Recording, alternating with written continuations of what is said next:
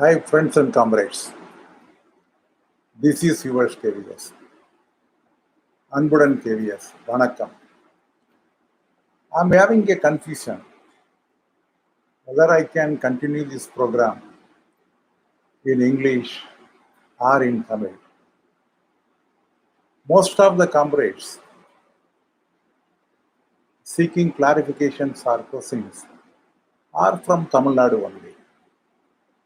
Only one comrade from Bangalore who has asked me a question about the Rule 16 charge sheet and the punishment awarded to the officials. Rest of the issues and rest of the questions are pertaining to APR. All the subjects we have already telecasted, already we have published, only from Tamil Nadu people. However, I am mixing both English and Tamil in this episode so that it can penetrate to all people. Even though the questions were asked by Tamil Nadu people, the reply may be easily understandable by other state comrades also. So I am trying both in Tamil and English. Comrades, first of all of you should know that this is my first experiment in a live channel.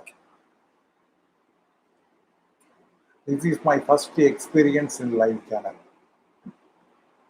And I don't know how I am going to succeed in this attempt. And I am requesting all of you, whatever be the mistakes or error committed in this live session, I may please be excused. And in the later, we will correct the shortcomings and let us go again. இந்த ஒரு live நிகழ்ச்சியை நடத்துவதற்கு முன்னால் ஏராளமான யோசனைகளில் நான் இருந்தேன். இது ஒரு சாத்தியமா அல்லது முடியுமா, இதை எப்படி நம்மால் சாத்தியப்படுத்த முடியும் என்று நினைத்துக் கொண்டிருந்த நேரத்திலே நிச்சயமாக நாம் செய்து முயற்சித்து பார்க்கலாம் என்கின்ற அடிப்படையிலே இன்று இந்த லைவ் நிகழ்ச்சியை நடத்தி கொண்டிருக்கின்றோம்.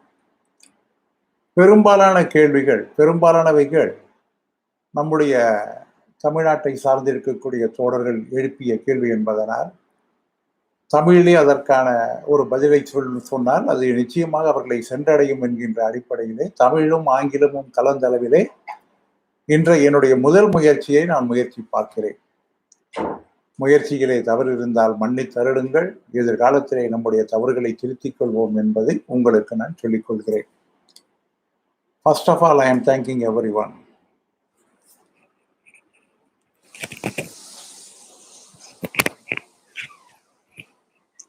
First of all, I am thanking everyone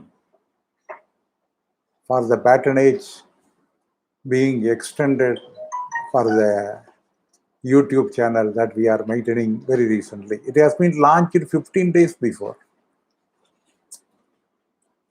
It has been launched 15 days before.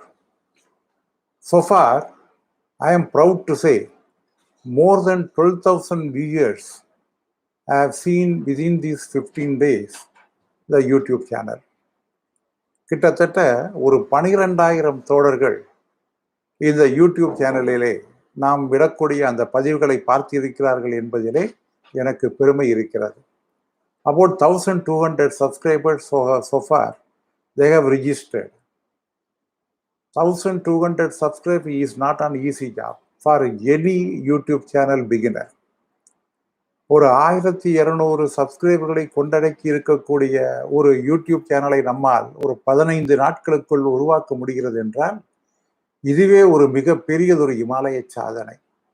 இந்த சாதனையை உள்ளபடியே ஒரு சாதாரண ஒரு அஞ்சல் தொழிலாளி, ஒரு அஞ்சல் தொழிற்சங்கவாதியால் படைக்க முடிகிறது என்றால் இதுவே ஒரு கௌரவமிக்க ஒரு செயலாக நாம் காண வேண்டி இருக்கிறது. இதிலும் கூட 50% வியூவர்ஸ் என்று சொல்லுவோமே, நாம் அதை பார்க்கக்கூடியவர்கள் இன்னும் இந்த யூடியூப் சேனலை தங்களை சப்ஸ்கிரைப் செய்து கொள்ளவில்லை. பிகாஸ் அவர்கள் சப்ஸ்கிரைப் செய்து கொள்ளாததால் அவர்களுக்கு இந்த நோட்டிபிகேஷன் என்பது வராது. யூடியூப்பிலே ஒரு வசதி இருக்கிறது. First you should subscribe, Thereafter, you should press the button. You should press the bell button. If you are pressing the bell button, you will get the notification as and when we are publishing any material in the YouTube channel. Still more than 52% comrades, 52% of the viewers, they have not subscribed to our channel, and also they have not pressed the bell button for getting the notification to them. Because of that, every time we are sending some reminder, we are sending some notification. I have published this thing, you go like this.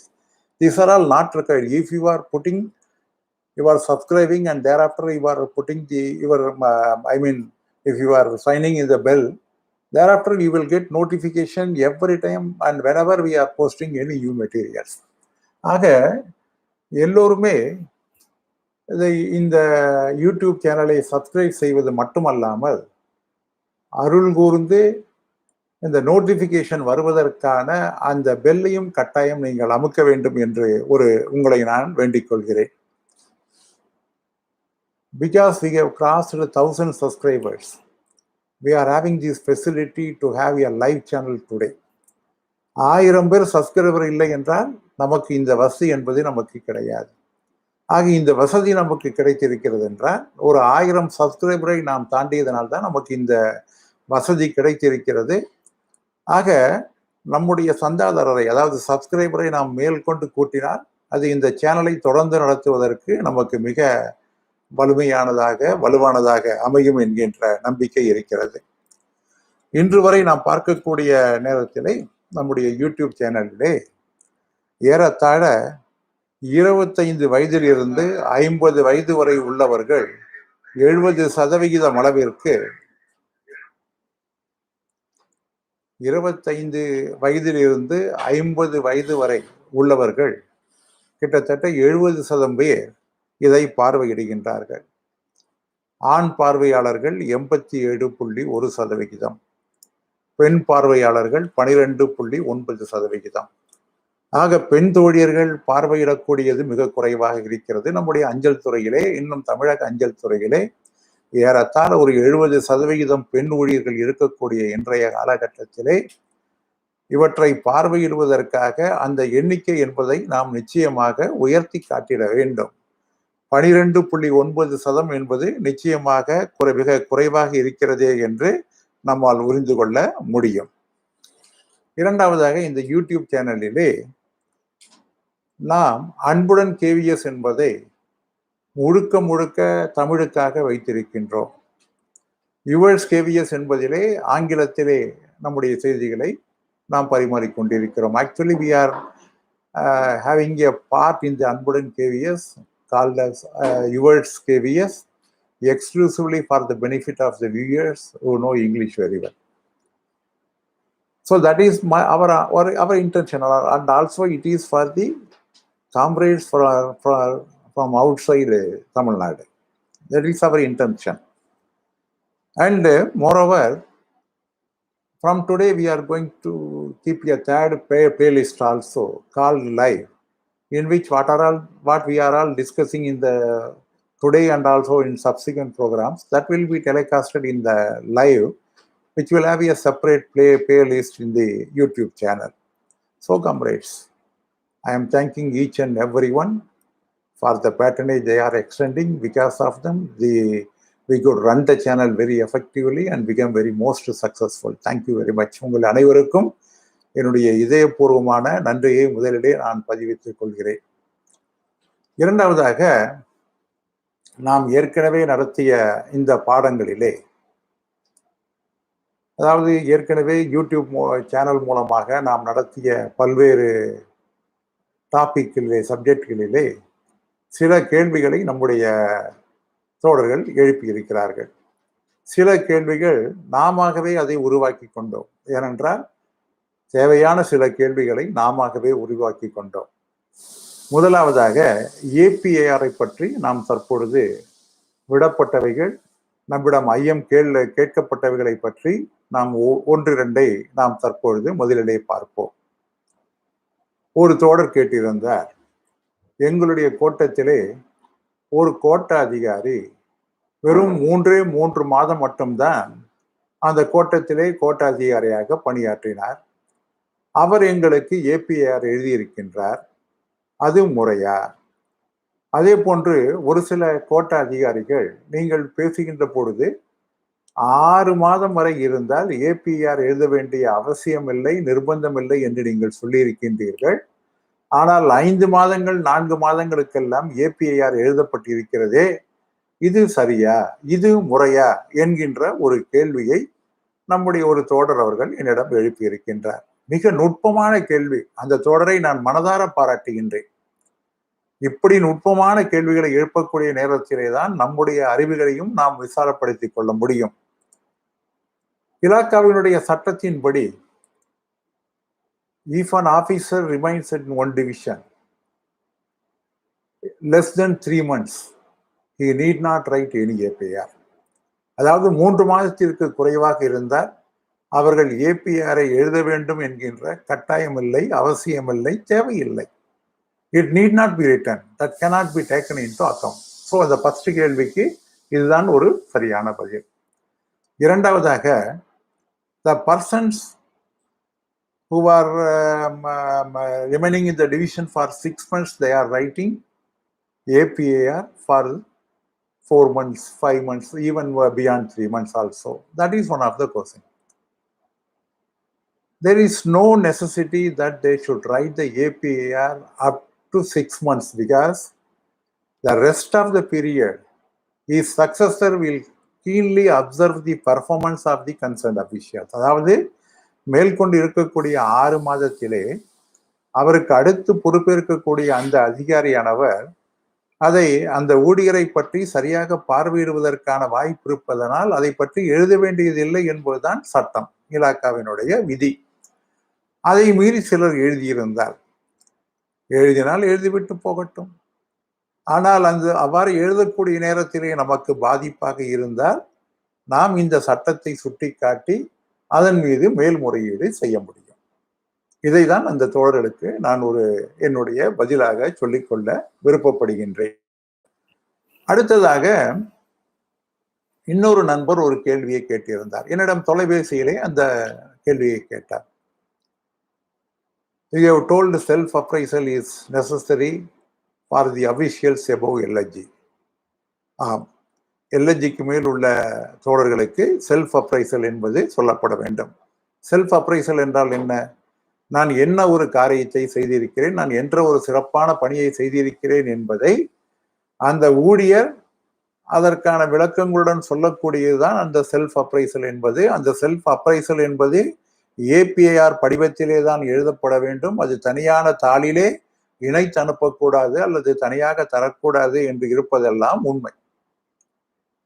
அவர் கேட்ட கேள்வி என்னவென்றால், இந்த self appraiser whether it should be reflected in the APIR. Yes, it should be reflected in the APIR.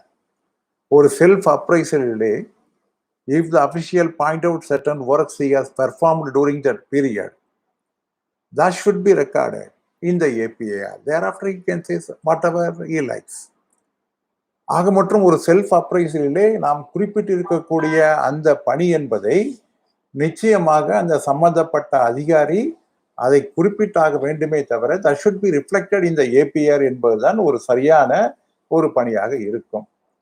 அதே போன்று 3 மாத காலத்திற்கு குறைவான பணிகள் இருந்தால் அல்லது சேவையிலே துவங்கி 3 மாதங்களுக்குள்ளதாக இருந்தால் அந்த செல்ஃப் அப்ரைசல் என்பது தேவையில்லை என்பதும் கூட ஒரு இலாக்காவினுடைய சட்ட விதிகளாக இருக்கிறது. அதே போன்று இன்னொரு தோழர்களே, உங்களுக்கு ஒரு வேண்டுகோள். உங்களுடைய கேள்விகளை நீங்கள் கடைசியாக வைத்துக் கொண்டால் இந்த கண்டினியூட்டி ஏற்கனவே இருக்கக்கூடிய கேள்விகளுக்கு பதில் சொல்லிவிட்டு உங்களுடைய கேள்விகளுக்கு நான் நிச்சயமாக பதில் சொல்கின்றேன். கேள்விகளை இறுதியாக கேளுங்கள் என்கின்ற ஒரு வேண்டுகோளை வைக்கின்றேன். ஏனென்றால் நடுவிலே வரக்கூடிய செய்திகள் எல்லாம் அவைகளை மறைத்துவிடக்கூடாது என்பதற்காக என்னுடைய தாழ்மையான வேண்டுகோள். மற்றபடி வேறொன்றும் இல்லை. ஏனென்றால் ஏற்கனவே கேட்கப்பட்டிருக்கக்கூடிய கேள்விகளுக்கு என்னுடைய பதிலை முடித்துவிட்டு அதற்கு பின்னால் உங்களுடைய கேள்விகளுக்கு நிச்சயமாக பதிலளிக்க நான் காத்திருக்கின்றேன். some comrades asked me in certain divisions, the divisional superintendents, they are mentioning that the particular officials has not secured a business, they have not reached the target, they are not giving more concentration on the target-oriented work. Is it permissible? அதாவது ஒரு business ஓரியன்டாக இருக்கக்கூடிய பத்ரிநாதன் என்கின்ற தோழர், நம்முடைய சிவகங்கை தோழர், ஒரு business target என்று சொல்லக்கூடியவைகளை நம்முடைய ஏபிஐஆரிலே அவைகள் ரிஃப்ளெக்ட், அதாவது அது பற்றி அதில் எழுதப்படலாமா என்கின்ற ஒரு கேள்வியை அவர் எழுப்பியிருக்கின்றார். மிகச் சரியான ஒரு நல்ல கேள்வி. பிஸ்னஸ் ஓரியன்ட் குறித்து, அதாவது ஒரு வணிகத்தை செய்தால் டார்கெட்டை ரீச் செய்யவில்லை என்பதற்காக நிச்சயமாக ஏபிஐஆரிலே பதிவிடக்கூடாது என்பதுதான் ஒரு இருக்கக்கூடிய ஒரு சட்ட விதிகள். அதை மீறி சிலர் செய்கின்றார்கள் என்கின்ற நேரத்திலே அவைகளை எதிர்த்து நாம் மேல்முறையீடு செய்ய வேண்டும் என்பது நாம் தெரிந்து கொள்ள வேண்டும். அதாவது ஒரு ஏபிஐஆரிலே 10 பாராமீட்டர்ஸ் என்று சொல்வார்கள். அதாவது முன்னால் இருக்கக்கூடிய கான்ஃபரன்ஷியல் ரிப்போர்ட்டிலே என்ன மனதிலே நினைத்தாலும் அது நினைத்ததையெல்லாம் அவர்கள் எழுதி கொள்ளலாம். ஒரு ஊழியரை பற்றி என்ன மனதிலே நினைக்கின்றாரோ அதை பற்றி எழுதி கொள்ளலாம். ஆனால் தற்பொழுது இருக்கக்கூடிய ஏபிஐஆரிலே they have already fixed standard 10 parameters. They have already fixed. What are all the 10 parameters? Number 1, the quality output. The quality output of an official and also his capacity to reduce the arrears and the backlog works. That is number 1 column. They can say, what is the quality output? If they are questioning the quality output, they have to justify. This kind of arrears work has been allotted, but he has not carried out, that his quality is not that much of expected. Something they should have issued some memos or something else. Otherwise, they cannot say that his quality is not as expected. Like this, they cannot say. And similarly, the second parameter is promptness and accuracy in the disposal of work, and also knowledge about the rules. They cannot simply say some accuracy. And also, if they are asking you, if you are saying the procedures and about the rules about the functioning of the post offices, they cannot simply say you are wanting, or they cannot reduce your marks also. And similarly, the coordination ability, how you are coordinating with the officials and with the fellow workers, that is a coordination ability also. That is also the third parameter. நீங்கள் அதை சரியான முறையில் coordinate செய்யவில்லை என்றாலா அதிலே உங்களுக்கு மதிப்பெண்களை குறைக்க முடியுமே தவிர, if you are coordinating properly and if you are having a effective supervision over your subordinate staff, they cannot reduce your mark. அது ஒரு முக்கியமான ஒன்றை தெரிந்து கொள்ள வேண்டும். அடுத்தது the fourth, it is attitude to work.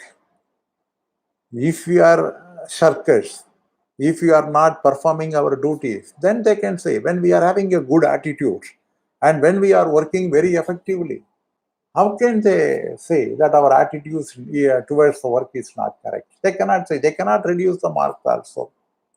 And similarly, the sense of responsibility is number fifth parameter is the sense of responsibility.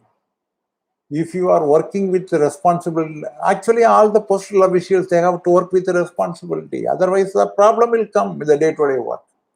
They cannot escape. If they are not performing their duty with more responsibility, they will be entangled in one or other fraud case or something else. They cannot escape also. Because ours is a public-oriented department and we cannot escape if we are not having the proper responsibility over this. So the sense of responsibility also, they cannot reduce the mark without citing anything. And similarly, the maintenance of discipline. It is the sixth parameter is maintenance of discipline. Unless you have been charge sheeted, unless you have been brought under the notice of the higher-ups with some indisciplined attitude, they cannot reduce your mark. The discipline, they cannot reduce your mark without any incident or without anything. அதாவது ஒரு நிகழ்ச்சியே நடக்காமல் தானாகவே கற்பனை செய்து கொண்டு உங்களுடைய discipline சரியில்லை என்று எந்த அதிகாரியாலும் சொல்ல முடியாது, சொல்லவும் கூடாது. அதிலே மார்க் என்பதை நிச்சயமாக குறைக்க முடியாது. அதே போன்று the seventh parameter என்பது the capacity of teamwork. ஒரு அலுவலகத்திலே ஒரு டீம் ஒர்க் இல்லாமல் we could not complete our work in the post offices. The teamwork is absolute necessary so far the post office is concerned. Otherwise, you cannot complete your day-to-day work. So the seventh parameter also, the capacity to work in team spirit. If there is a violation, if there is no coordination, if there is some betterment among the staff or something else, it should be substantiated with the incident. They cannot simply say that your team spirit is under the question. They cannot say. They cannot reduce your marks based on this. And the eighth, it is the devotion of duty and punctuality. If you are having any problem in attendance, they cannot leave you. As what is the rule about the punctuality? The official should attend office in time. No problem. And similarly, if an official is late about half an hour, that absence can be waived, that absence can be condoned by the head of the office. He can waive and he can condone the absence. If there is more than 3 late attendance in a month, then the concerned postmaster should ask you to give half-day CL and you should be sent out on the day. And the question of Dayasnan will not arise for the late attendance. That we are going to discuss at a later stage. So, unless you are brought with some late attendance recordically, they cannot say about your punctuality. They cannot question your devotion of duty unless you have been reprimanded, you have been punished, and you have been charge sheeted with the conduct rules under Rule 3 of the conduct rules. They cannot simply say like this also. So the eighth factor also. The ninth factor, that is relationship with public. In the earlier confidential report, it was categorically stated that unless you are having a public dealing, these columns should not be filled up. But as per the latest APAR, they have incorporated a separate column. They have incorporated a separate column in the APAR so that it should be filled up. If you are not having any dealing with the public, they cannot say that you are wanting. Then naturally they have to put marks only. They cannot say when you are not having any public dealing. Suppose if you are working in divisional office or head post office or something else, they cannot simply reduce your mark because you are not having any public dealings. So the ninth column is also there. And also 10th, your ability to maintain at the pressure of work. Comrades, in post office, all our postal assistant, postmaster, LIG, everyone, we are working in the pressure. We are working in the midst of more pressure only. வேலையிலே நமக்கு இருக்கக்கூடிய அந்த தாக்குதல்கள், வேலையிலே இருக்கக்கூடிய அந்த கடினமான பணிச்சுமைக்கு நடுவிலே தான் நாம் பணிபுரிந்து கொண்டிருக்கிறோம். பிரஷர் இல்லாமல் போஸ்ட் ஆபீஸிலே பணிபுரிய முடியுமா என்றால் நிச்சயமாக பணிபுரிய முடியாது. அப்படி பிரஷர் இல்லை உள்ள நேரத்திலே நாம் பணிபுரிவதனால் தான் நம்முடைய அஞ்சல் இலாக்காவிலே நாம் ஒரு மிகப்பெரிய அளவிற்கு நம்முடைய துறையை கட்டி காத்து கொண்டு இருக்க முடிகிறது. இங்கே பிரஷரிலே நம்முடைய பணி குறைவு என்று சொல்லக்கூடியதும் சாதாரணமாக சொல்ல முடியாது. ஆக இந்த புதிய 10 பேராமீட்டர் என்று சொல்லக்கூடிய இந்த 10 பேராமீட்டரிலே எதிலே மதிப்பெண் குறைந்திருந்தாலும் கூட அதனை நிச்சயமாக சேலஞ்ச் செய்யக்கூடிய அளவிற்கு நம்மால் முடியும். So they cannot simply say that you are wanting, you are shortcoming something. Earlier they have to describe everything. Now no necessity at all. They have to put mark. Each parameter is having 1 mark. They can put 0.5, 0.6, 0.8, 0.9 like this. They cannot put 1.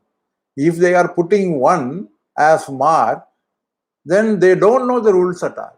It is very clearly visible. In many places I am seeing that they are putting 5 marks, 8 marks, and totally 60 marks something. It should not be. It should be in points only. Each parameter is having 1 mark only. In many places, the divisional heads, while writing the APR, they are not observing this formality. They are simply saying this is 8 marks, 10 marks, 9 marks, like this. So this is also we should note. And also, comrade, you should know, in many APAR, the divisional heads, due to over enthusiasm, they used to mention the past record of the official. During last year, he was awarded with a punishment of stoppage of increment for 2 years. This is under the current year period. Something, and they will reduce. They are reducing the grading also. That should not be. No past service should be mentioned. One comrade has rightly pointed out, in many divisions, they are writing like this. What is the solution for this, he asked me. What is the solution? You have to represent. For everything, you have to represent. Representation is the only channel available for us. And as per the rule, suppose if you are making a representation, and if your representation is not responded properly or rejected by the authority, you can make subsequently 3 or more representations also by adding the new factor to the same authority or to the higher authority. They cannot say, I have rejected your representation and thereafter you need not submit any more representations like this. They can submit. They are having that, that right, actually. The representation is a right of an official. Okay, now we can say, actually, representation. So for the representation cases, how we can make the representation? One comrade has asked me, sir, you are saying that we should represent. What are all the points we can submit in the representation? I can say,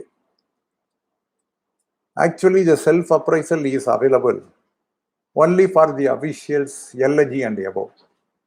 In respect of other officials, there is no self-appraisal. For postal assistant, there is no self-appraisal.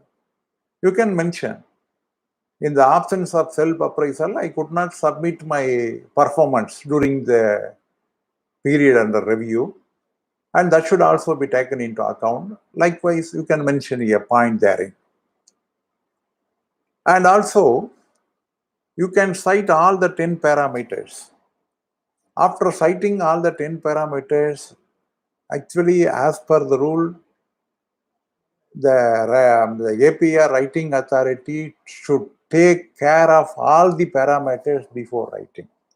You can point out, the authority has not taken note of the following parameters and so and so, like this. You can mention it. Suppose if they are mentioning something about the target, you can say the indoor officials, they need not be put under the target, and it is practically impossible also. You can make a mention about it.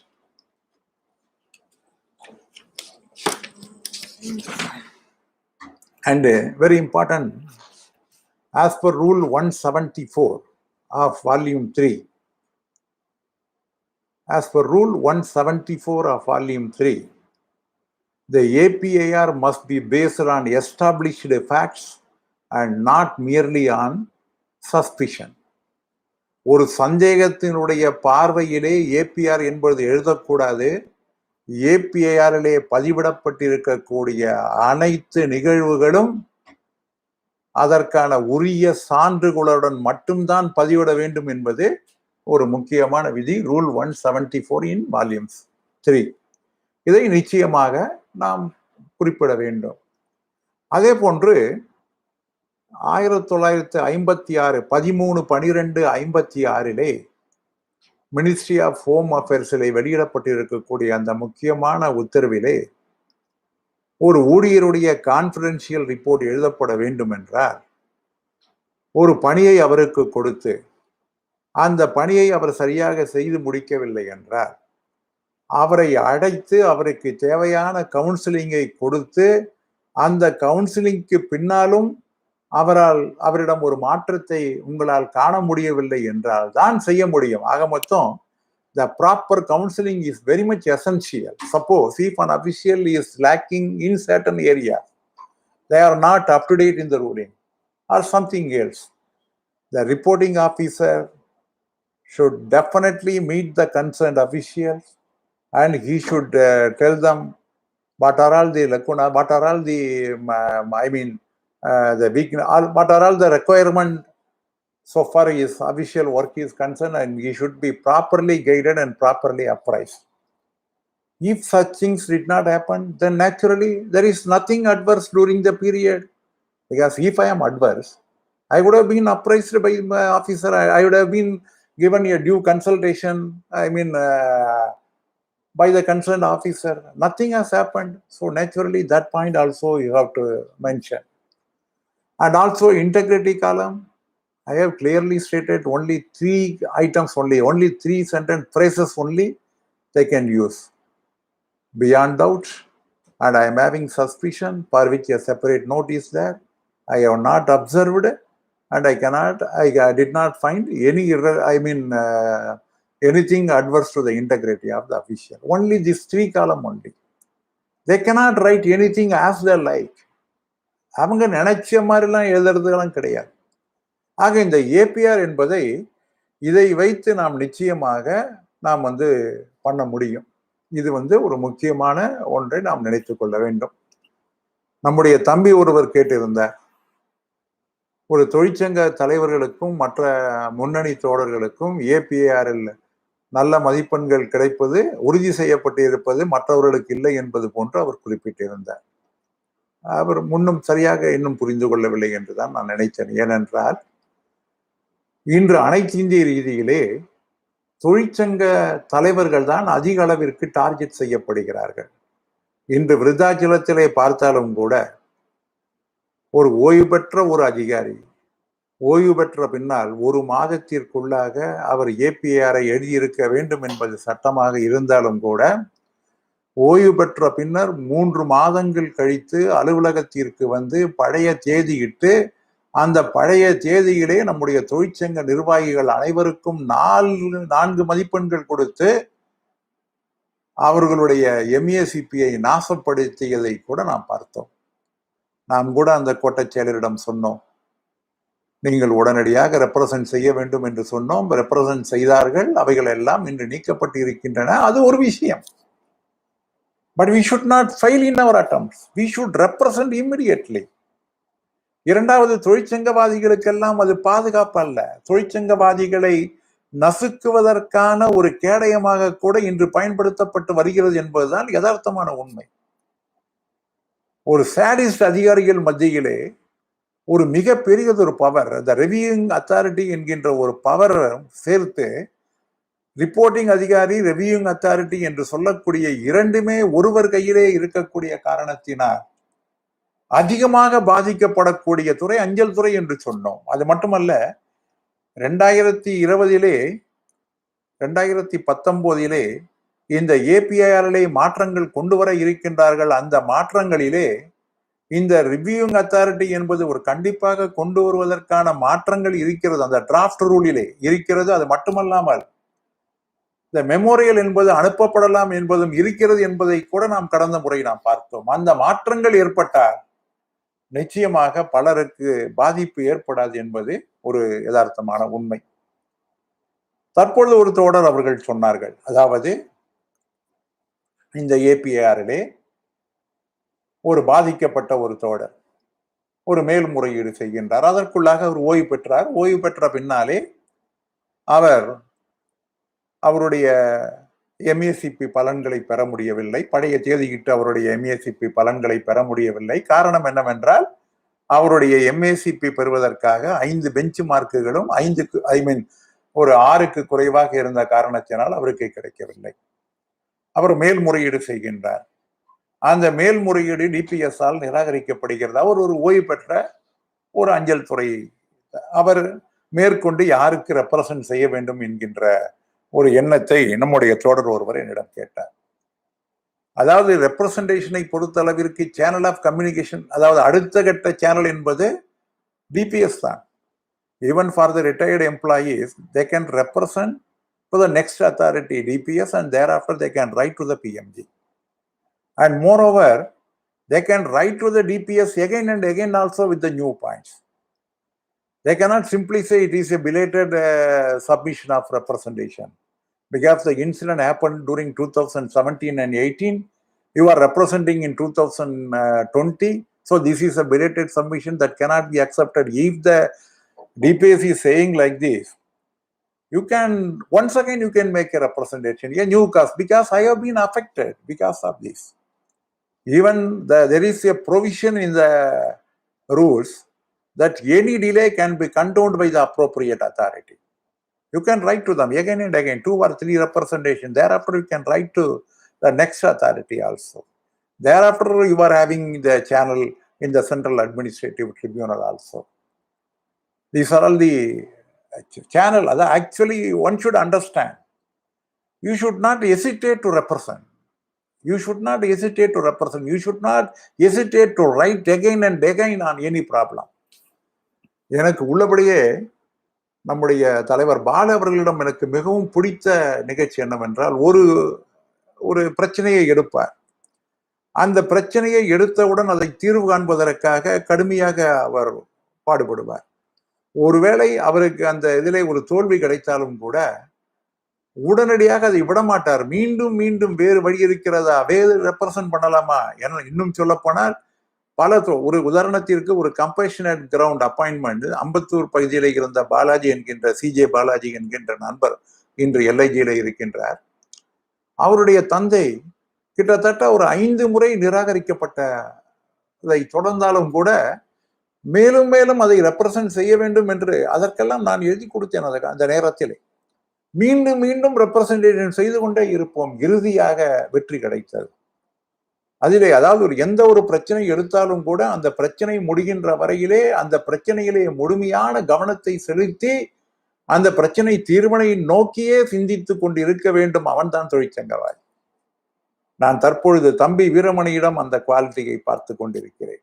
ஒரு பிரச்சனையை எடுத்தால் முடிக்கும் வரை விடமாட்டேன் என்ற அளவிலே அவர் கடுமையாக உடைப்பதை என்னால் பார்க்க நேரத்திலே நான் மகிழ்ச்சி அடைந்து கொண்டிருக்கிறேன். இது வேறு விஷயம். This is out of subject. அடுத்ததாக இந்த ஏபிஐஆர் என்று சொல்லக்கூடியதை நான் அன்று சொல்ல மறந்துவிட்டேன்.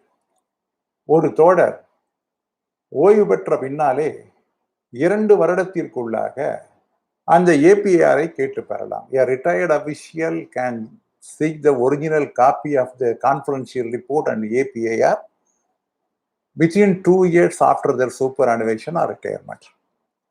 2 வருடத்திற்குள்ளதாக எனக்கு வேண்டும் என்று கேட்டு பெறலாம். அந்த உரிமை இருக்கிறது. அதை நாம் தெரிந்து கொள்ளலாம். எனக்கு கூட ஒரு அனுபவம். என்னுடைய கான்பிடென்ஷியல் ரிப்போர்ட்டிலே என்ன இருக்கிறது என்பதற்காக, ஏனென்றால் ஒரு தொழிற்சங்கவாதியை பற்றி என்ன எழுதியிருக்கின்றார்கள் அந்த காலத்திலே என்று பார்க்க வேண்டும் என்றால் பல்வேறு தளமட்ட போராட்டங்களை நடத்திய அந்த காலத்திலே எனக்கு என்னவெல்லாம் எழுதியிருக்கிறார்கள் என்று பார்க்க வேண்டும் என்பதற்காக என்னுடைய சிஆர் ஏபிஆரை வேண்டும் என்று நான் ஓய்வு பெற்ற பின்னாலே 2 வருடத்திற்குள்ளதாகவே நான் அனுப்பியிருந்தேன். எனக்கு பதிலே வரவில்லை. எனக்கு ஏபிஆர் கிடைக்கவில்லை. அதற்கு பின்னால் அன்று இருக்கக்கூடிய பிஎம்ஜி அவர்களிடம், இன்று மெட்வின் அலெக்சாண்டர் என்று இருக்கக்கூடிய மெம்பராக இருக்கக்கூடியவரிடம் நான் மேல்முறையீடு செய்தேன். அவர் எனக்கு பதில் அனுப்பினார். எங்கே இருக்கிறது என்று தெரியவில்லை, எப்படியாவது தேடி தருகிறோம், தயவு செய்து நீங்கள் இதை kindly bear with us and you will get further communication அனுப்பினார். 6 வருடம் ஆகிவிட்டது, வரவில்லை. என்னுடைய ஏபிஆர் எங்கு போனது என்றே தெரியவில்லை. ஆனால் நம்முடைய ஏபிஆரை நாம் கேட்டு பெறுவதற்கான உரிமை என்பது நமக்கு இருக்கிறது. ஏபிஆரை கேட்டு நம்ம என்ன செய்ய போறோம்? ஒன்னும் செய்ய போறதில்லை. இருந்தாலும் கூட நம்ம ஒன்னும் செய்ய போறதில்லைன்றது இருந்தாலும் கூட நாம் அந்த பழைய ஏபிஆர் வச்சுட்டு academic interest we can go through what the previous SSPOs, bloody SSPOs they have written about us. We can see. ஒரு தொழிற்சங்கவாதி நிச்சயமாக அதையெல்லாம் பார்க்கின்ற நேரத்திலே சற்று பழைய ஞாபகத்திற்குள்ளாக போகக்கூடிய நிலைமை கூட வரும். ஆக ஏபிஆரை பொறுத்தளவிற்கு என்னிடம் கேட்கப்பட்ட கேள்விகள், அதிலே நான் சொல்ல மறந்தவைகள் ஆகியவற்றை பற்றி இதுவரை நான் உங்களுக்கு விளக்கினேன். அடுத்ததாக இந்த கான்ட்ரிபியூட்டரி நெக்லிஜென்ஸ் ஃபேக்டர். இந்த கான்ட்ரிபியூட்டரி நெக்லிஜென்ஸ் ஃபேக்டரிலே சில தோழர்கள் என்னிடம் கேள்வி கேட்டார்கள். அதாவது நம்முடைய பதிவிட்டும் இருக்கிறார்கள். A person working in the counter. While leaving the counter for lunch break, someone is working, and if any fraud occurs, actually the onus of responsibility lies with the counter PA. So in such cases, what we have to do? Comrade, it is very clear. If it is a lunch arrangement and some PA is working in your seat, they should work only on their login only. You should not give your login ID. They should work only in their login only. You should not give your ID. And you should not allow them to work in your ID. உங்களுடைய ஐடியில work பண்ணாம அவரோட ஐடியில work பண்ணி நாளைக்கு ஏதாவது ஒரு fraud commit ஆச்சுன்னா is responsible. You are no way you are responsible. ஆனா நம்முடைய பாஸ்வேர்டை நம்ம கொடுத்துட்டு அந்த பாஸ்வேர்டை வந்து நீ முழுக்க யூஸ் பண்ணிக்க, நீயே அந்த கவுண்டர்ல பாத்துக்கன்னு சொன்னோம் அப்படின்னா we are held responsible. அதனால இப்ப அந்த முன்ன இருந்த மாதிரி அந்த இது வந்து நமக்கு இப்ப கிடையாது. இப்ப நமக்கு வந்து அதுல கிடையாதுன்றது ஒண்ணு இருக்கு. அதே போல Comrade Swarup Gandhi from Asansar, he just posed a question. If refusal to give statement, is it not subversive of discipline? No, not at all.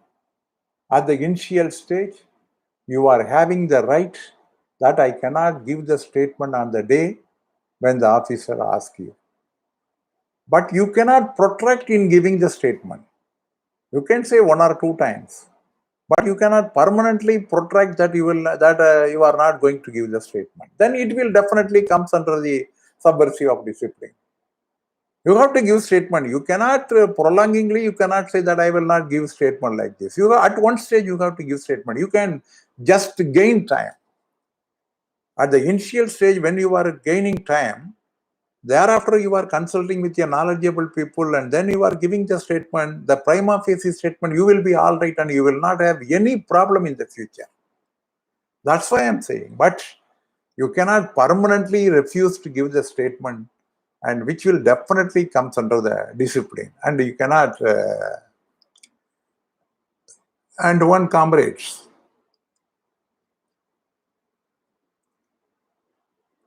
comrade asked about the latest orders about the option for pay fixation, whether it will cover the MACP due to the officials before July 2017.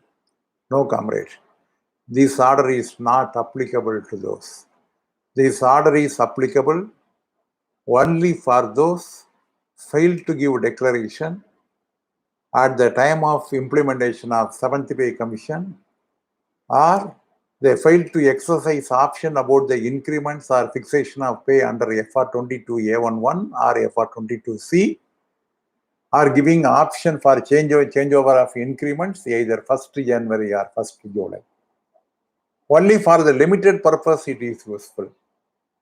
But if you are 25/7, if you are getting MACP before 23/5/2016, we will definitely be given the option that 4,200 grade pay, 2,800 to 4,800 grade pay, and you can get your increment, you can get your pay fixation benefits from 1/7/2016 instead of 1/1/2016. But if you are getting your MACP to, that is 4,200, after 25/7/2016, you will not get the benefit. That next increment, actually the immediate increment you are getting the benefit, but for others you will not get the benefit. அதாவது நிறைய தோழர்களுக்கு, அதாவது 2,800 ரூபாய் great bag அடுத்தபடியாக 4,200 ரூபாய் great பே. நம்முடைய MACP promotion ஆனது, அதாவது பிக்சேஷன் பெனிஃபிட் தரக்கூடிய நேரத்திலே 1/1/2016 2,800 பெற்றுக்கொண்டு நடுவிலே பதவி உயர்வு வந்தாலும் கூட 1/7 முதல் நம்முடைய பே கமிஷனுடைய எஃபெக்ட் பெறுவதாக இருந்தால் அந்த ப்ரமோஷனை முதலிலே கொடுத்து அதனுடைய இன்கிரிமெண்டை சேர்த்து நமக்கு பே பிக்சேஷன் செய்யப்படக்கூடிய நேரத்திலே அதிகமான பலன் என்பது நமக்கு கிடைத்திருக்கிறது. நிறைய பேர் அதில் பலன் அடைந்திருக்கிறார்கள். ஆனால் அந்த பலனானது அதற்கு பின்னால் விரிவாக்கப்பட்டிருக்கிறதா என்றால் விரிவாக்கப்படவில்லை. இது யதார்த்தம். இந்த ஆர்டரிலே கூட அது விரிவாக்கப்பட்டிருக்கிறதா என்றால் அதை பற்றி சொல்லப்படவில்லை. யாரெல்லாம் முன்னதாக ஆப்ஷன் தர மறந்திருக்கிறார்களோ, தவறியிருக்கின்றார்களோ, அல்லது தன்னுடைய பதவி உயர்வு பெறக்கூடிய நேரத்திலே தன்னுடைய இன்கிரிமெண்டை 1 ஜனவரியோ அல்லது 1 ஜூலை என்று மாற்றி அமைப்பதற்காக விருப்ப தேர்வு செய்கின்றார்களோ, அல்லது FR22C படி ஏற்கனவே பதவி உயர்வுக்காக கொடுத்து விட்டு FR22A1 படி நமக்கு ஒரு பெனிஃபிட் கிடைக்கும், ஆப்ஷன் கொடுத்தால் பெனிஃபிட் கிடைக்கும் என்று மாற்றி அமைக்க விரும்புகிறார்களோ அவர்களுக்கு மட்டும்தான் இந்த ரிவைஸ்டு ஆப்ஷன் என்பது பொருந்தும், மற்றவர்களுக்கு பொருந்தாது. இந்த கேள்வியானது நமக்கு கேட்கப்பட்டது. அதே போன்று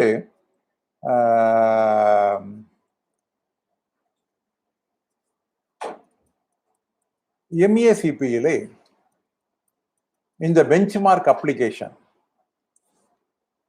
actually one comrade has asked me, you are saying 5 benchmark is compulsory for the MEACP, whereas earlier 3 benchmark out of 5, if it is good, they were getting the benefit. How this has been changed? One comrade has asked me. After the 7th Pay Commission, they have changed the MEACP order. The MEACP order, they have made it compulsory that all the benchmark should be very good, that all the 5 benchmark which is to be observed, that should be very good for grant of MEACP. But so far the LHG promotion is concerned, the old order still exists. There is no change in the old order. ஆக LHG பதவி உயர்வு என்று இருந்தால் அவர்களுக்கு good benchmark இருந்தாலே போதும் என்று இருக்கிறது. ஒருவருக்கு MEACP கிடைக்காமல் போகலாம், ஆனால் LHG பதவி உயர்வு என்பது கண்டிப்பாக கிடைக்கும் என்பது. ஏனென்றால் இந்த MEACPயினால் அதாவது இந்த பெஞ்ச்மார்க்கினால் பாதிப்பு ஏற்படாது என்பதற்கு காரணம் என்னவென்றால் அந்த LHG விதிகள் கடுமையாக்கப்படவில்லை. இந்த DPCயிலே சொல்லப்பட்டிருக்கக்கூடிய விதிகள் மாற்றப்படவில்லை. அவைகள் அதே விதிகள் தான் இன்னும் தொடர்ந்து கொண்டிருக்கிறது. MEACPக்கு மட்டும்தான் இந்த விதிகளானது மாற்றப்பட்டிருக்கிறது. இதை நாம் தெரிந்து கொள்ள வேண்டும். 2016-17 ஆண்டிலே இந்த பெஞ்ச்மார்க்கானது குறைவாக, அதாவது ஒரு குட், அதாவது 4க்கு மேல் குட் என்று இருந்தால், 6ஆக இல்லாமல் இருந்தால் அதற்கு என்ன செய்யலாம்? ஏற்கனவே நிறைய பேருக்கு இப்படி ஆகியிருக்கிறது. என்ன செய்யலாம் என்று நிறைய தோழர்கள் மீண்டும் எழுப்புகின்றார்கள். அவர்கள் எல்லாம் பாதிக்கப்பட்ட தோழர்கள். திண்டிவனத்தில் இருந்து ரவிச்சந்திரன் என்கின்ற தோழர் கூட சொன்னார், 2017 என்னுடைய MEACPயிலே, அதாவது அந்த பெஞ்ச்மார்க்கானது குறைவாக போடப்பட்டதனால் எனக்கு MEACP கடந்த 4 வருடங்களாக கிடைக்கவில்லை, நான் என்ன செய்ய வேண்டும் என்று கேட்டிருக்கிறார். நான் சொல்வதெல்லாம் மீண்டும் மீண்டும் ரெப்ரசன்டேஷன் செய்யுங்கள். தமிழகத்தினுடைய தோழர்களே, உங்களுக்கு அதற்கான ஒரு மாடல் ரெப்ரசன்டேஷன் வேண்டும் என்றால் தம்பி குருஸ்வத்தை தொடர்பு கொள்ளுங்கள், வெற்றியை தொடர்பு கொள்ளுங்கள். நம்முடைய தமிழகத்திலே ஒரு அறிவு பட்டாளமாக நாங்கள் உருவாக்கி இருக்கக்கூடிய நம்முடைய தோழர்கள், நிறைய தோழர்கள் இருக்கின்றார்கள். மகராஜன், கடலூர் கிருஷ்ணகுமார், கேசவன், சிவகுமார் போன்று இருக்கக்கூடிய பல தோழர்கள், கிருஷ்ணகிரி சத்திய பூங்கொன்றன், கிருத்திகா போன்ற பல தோழர்கள், தோழியர்கள் எல்லாம் இன்று தமிழகத்திலே தயாராகி இருக்கின்றார்கள். அவர்கள் எல்லாம் இதற்கான ரெப்ரசன்டேஷனை எந்த விதமான பலனும் இன்றி நம்முடைய தம்பி பாலமுருகன், மதுரை பாலமுருகன் கூட நேற்று கூட ஒரு தோழியருக்கு உதவி செய்திருக்கின்றார். ஆக நம்முடைய தோழர்கள் எல்லாம் எந்த விதமான பலனையும் எதிர்பார்க்காம, அதாவது எந்த விதமான பிரதிபலன் இல்லாமல் ஒரு சேவையாக, நம்முடைய சேவை என்பது நம்முடைய லட்சியமாக மனதிலே கொண்டு அதன் அடிப்படையிலே அதற்கான படிவங்களை, அதற்கான ஒரு டிராப்டை தயார் செய்து கொண்டிருக்கின்றார்கள். ஆக அவர்களிடம் நீங்கள் தொடர்பு கொள்ளுங்கள். அவர்களிடம் நீங்கள் தொடர்பு கொண்டால் நிச்சயமாக உங்களுக்கு உதவுவார்கள். அனைத்திற்கும் மேலாக இறுதியாக நானும் உங்களுக்கு உதவுவதற்காக காத்துக் கொண்டிருக்கிறேன். ஆக தொடர்ந்து நீங்கள் ரெப்ரசன்ட் செய்யுங்கள், DPSக்கு ரெப்ரசன்ட் செய்யுங்கள். DPS தாமதமாக கொடுத்து விட்டேன் என்று ரிஜெக்ட் பண்ணால் மீண்டும் அவருக்கே கொடுங்கள், 2-3 முறை கொடுங்கள். நீங்கள் கொடுத்த உங்களுக்கு பதில் வரவில்லை என்றால் RTIயிலே நீங்கள் பதிலை கேளுங்கள். அப்படியும் பதில் வரவில்லை என்றால் அடுத்த கட்ட மேல்முறையீட்டினை செய்யுங்கள். கால தாமதமாகி விட்டது என்கின்ற காரணத்திற்காக விடாதீர்கள். 2017ஆம் ஆண்டிலே இப்படி நடந்ததே என்பதற்காக விடாதீர்கள். நம்முடைய மத்திய சங்கமும் இந்த பிரச்சனையை எடுத்திருக்கிறது. Central headquarters has already taken up the case and it is pending with the directorate. We are expecting that one-time relaxation will definitely, we are going to get it very shortly due to the efforts of our central headquarters. நிச்சயமாக கிடைக்கும் என்கின்ற நம்பிக்கை இருக்கிறது. எந்த ஒன்றுமே உடனடியாக கிடைக்கவில்லை என்றாலும் கூட காலப்போக்கிலே அதற்கான ஒரு ஒரு பலன்கள் எல்லாம் நமக்கு பெறுவதைத்தான் நாம் பார்த்து கொண்டிருக்கிறோம். ஆக இதுவும் நிச்சயமாக மாறும் என்பது எனக்கு நிச்சயமாக தெரிகிறது. ஆக இது ஒரு முக்கியமான கேள்வியாக கேட்டிருந்தார்கள். One of the comrades from Karnataka, he just asked me, why not you put a video about the medical reimbursement and also the CGHS? Comrades, there are a lot of topics, not only this. I am going to discuss about the entire disciplinary rulings also in the YouTube channel. And if you feel that the live telecast is more beneficial and also it is useful, because this is the first experience and I don't know how it is going, how I am going to get the reaction from others also. But if you are feeling it convenient also, we can have more live sessions also. And we are going to discuss about the disciplinary rules, conduct rules and everything, and what are all the technical points which we require as a guidance for drafting. That also we are going to discuss. I am telling you, for the last 10 months in Tamil Nadu, we are conducting a series of classes, continuous classes every Sunday. And more people are imparting knowledge. And now I can proudly say, we have created and we have cultivated more than 100 comrades who are capable of making draft to Rule 16. And around 20 comrades are capable of even attending the defense cases. And in short, I can rest assured, in the recent future, we will cultivate more people also. And it is that we are continuing the classes even on today. Even today, 2:30, we are having a class in the webinar. In the Google Meet, we are going to meet at 2:30. We are called them as a fortress brigadiers. They are the brigadiers of Tamil Nadu. I can proudly say, they are the brigadiers of Tamil Nadu for the future generation. All are young comrades possessing 10 years and 12 years services. They are being trained up. They are being trained up, and also they are ready to serve the people. They are ready to sacrifice their life for the trade union. They are ready, actually. More people are here. And also I can say, even for my friends outside Tamil Nadu, they should know. We are conducting a class for the postal assistant examination. More GDS and postman comrades, around 515 comrades, they have already joined and they are participating in the classes regularly. Every Tuesday and Friday, we are conducting the classes for imparting the ruling knowledge, and also we are preparing for them to write the examination very effectively. We are doing it as a service. No fees, nothing else. No fees, nothing else. We are spending on our own and we are doing our services. A team of youngsters. There are around 15 young comrades. They are giving the training to the GDS and postman. Every week we are conducting 2 classes continuously.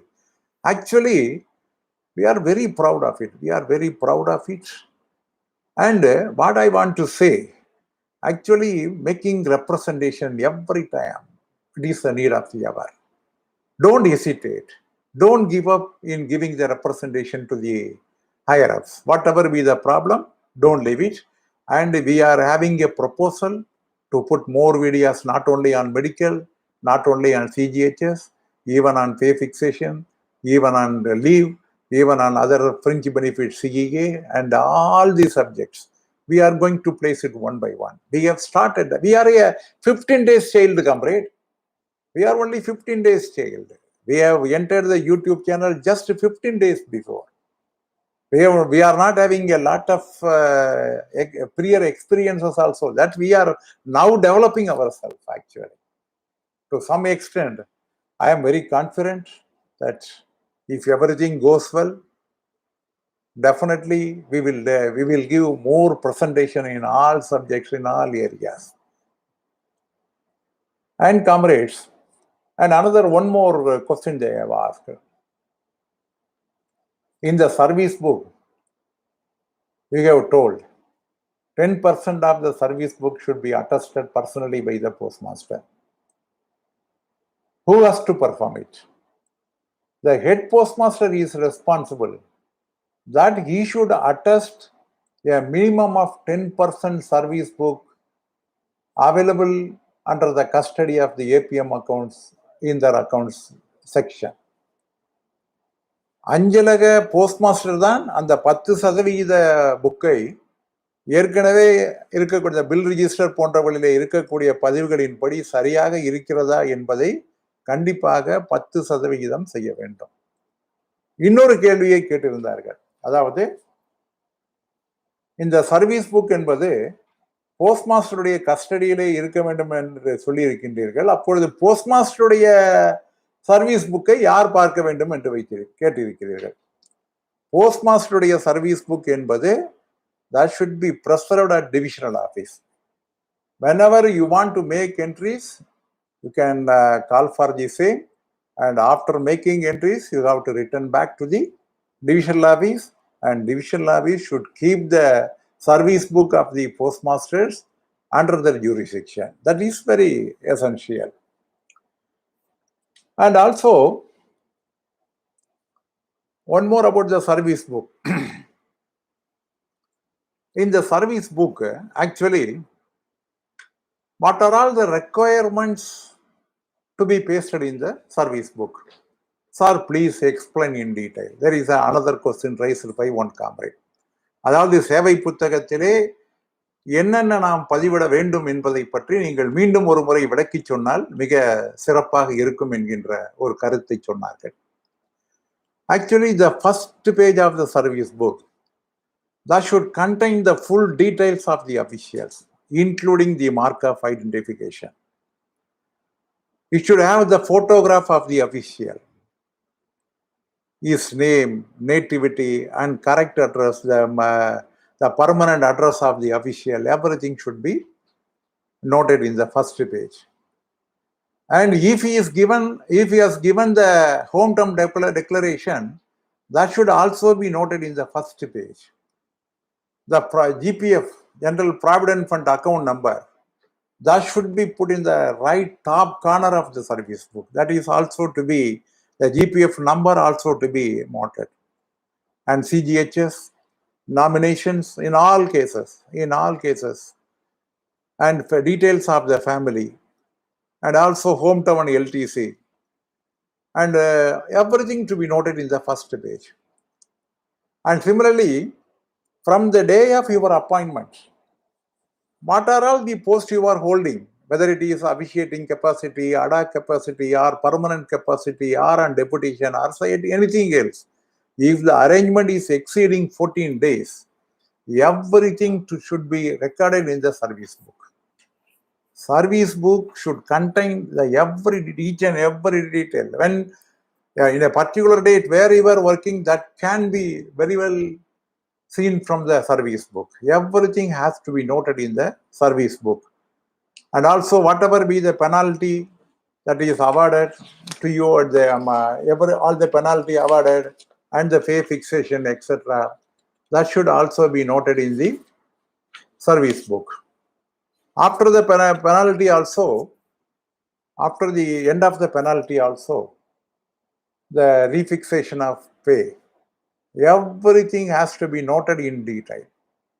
Comrades, one thing I want to say when I am talking about the pay fixation for the officials who have awarded the punishment, there was a big problem prevailing between 2016 to 2020. In many cases, in many circles, the Director of Postal Accounts have raised objections, even for the withholding of increments without cumulative basis. And in many cases, even such minor penalties, at the time of after revoking the entire punishment, the increment has not been restored and that has having a permanent block in their services due to one DOPT clarification issued in 2016. Subsequently, it was modified. We have taken up the case very seriously, and the illustration about the Rule 16 minor penalty has been omitted in the 2016 order, which has been subsequently modified in the 2019 order at the end. But still, in many cases, the people awarded punishment, the refixation of their pay, particularly for the minor penalty awarded between 2016 to 19, their cases have not been settled because of the objections raised by the Director of Postal Accounts and also the ICICI party. Be careful and have a check in your accounts branch and help those officials to make representation. This is a supplement. While we are discussing about it, this is a supplement that I want to discuss with you, this one. So, comrade, we have discussed about the APAR. We have discussed about the, about the service book, which that is very much required. And finally, some comrades have asked me about the preparation of gradation list. Some comrades asked. One comrade asked, what are all the methods we are adopting? Comrade, once again I am repeating. Up to 3/7/1986, while casting the gradation list, one promotee should come first, thereafter one direct recruitment, one promotee, direct recruitment, and finally, what is the balance, everything will come as a whole thereafter, finally. Suppose if one one promotee, one direct recruitment, and after some time the promotee ends, and thereafter all the direct recruitments will rank below. This was the procedure existed prior to 3/7/1986. After 3/7/86, the very same thing actually, promotees and direct recruits alternatively they have been placed, and the compassionate appointees, they are given at the last. Compassionate appointees are given last in the seniority list, that is gradation list of the either circle or. After 4/11/1992, the entire scenario has been changed. As per the existing order, the marks obtained by the candidates in the selection list is the criteria for determination of their seniority, whether it is a divisional or whether it is a circle level. The mark obtained in the merit list is the criteria for the determination for their seniority in the gradation list. That too also, while they are casting the gradation list, the promotee officials are topping or ranking first above the direct recruitment candidates. This is the advantage given to the promotee officials. அதாவது promotee-ஆக ஒரு தொடர் இருந்தால் அந்த லிஸ்டிலே இருக்கக்கூடிய அத்தனை பேருமே என் black சீனியராக direct ரெக்ரூட்மெண்டிற்கு முன்னால் அவர்கள் வைக்கப்படுவார்கள். டைரக்ட் ரெக்ரூட்மெண்ட் அவர்களுக்கு பின்னால் வைக்கப்படுவார்கள். அவர்களுடைய மார்க்கினுடைய அடிப்படையிலே வைக்கப்படுவார்கள். அவர்களுக்கு பின்னால் the compassionate appointees will come. After the compassionate appointees, the sports person recruited under the sports quota, they will be placed at the bottom of the gradation list. This is from 4/11/1992. This is the procedure we are adopting. Suppose while casting the gradation list, if two officials are having the same merit mark, then the date of birth of the two persons, that will be compared. And who is having the earlier date of birth, he will be ranked as senior. Suppose if both the date of birth as well as both the marks secured in the select list are one and the same, then the name in the alphabetical that will be taken for determination of seniority. This is the procedure and there is no confusion. As on date, the 4/11/1992 orders are in existence and they cannot make anything else also. And similarly, while casting the gradation list, that is a PA gradation list, I am telling about the PA gradation list. The Rule 38 transferees, they are N Black junior to the candidates recruited even after the sports category of the particular recruitment year. Everything particular recruitment year, not on the date of joining. Suppose a person Rule 38 officially is joining, he should rank junior to the recruited person even under the sports category. This is a ruling. So Rule 38 will rank all the juniors. This is very much essential to know and you have to verify the gradation list. And one comrade asked, what is the duration for issue of gradation list? As per the existing orders, the divisional gradation list should be compiled once in 3 years and the circle gradation list should be compiled once in 6 years. கோட்ட அளவிலே ஜூலை 1ஆம் தேதி அன்று, that is on 1st July of the particular year, July 1ஆம் தேதி அன்று இருக்கக்கூடிய அந்த தொடர்களை கணக்கிட்டு அந்த கிரடேஷன் லிஸ்ட் என்பது தயார் செய்யப்பட வேண்டும்.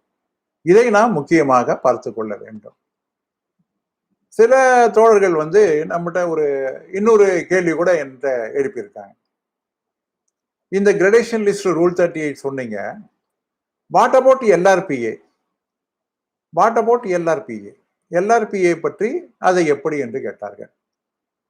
எல்ஆர்பிஏ என்று இருந்தால் அந்த கிரடேஷன் லிஸ்டிலே who are all rank below the, அதாவது from the bottom of the list, அதிலிருந்து எடுத்துக்கொண்டு எத்தனை பதவிகள் இருக்கிறதோ அத்தனை பதவிகளுக்கு நாம் எல்ஆர்பிஏவாக அவர்களை ஐடென்டிஃபை செய்ய வேண்டும்.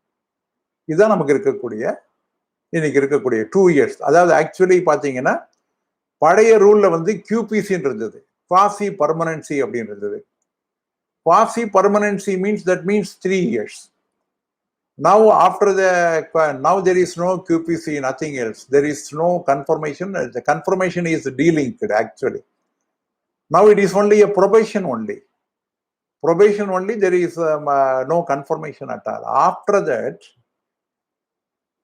as on date, they should compile after completion of 2 years. Because they are getting the confirmation after 2 years.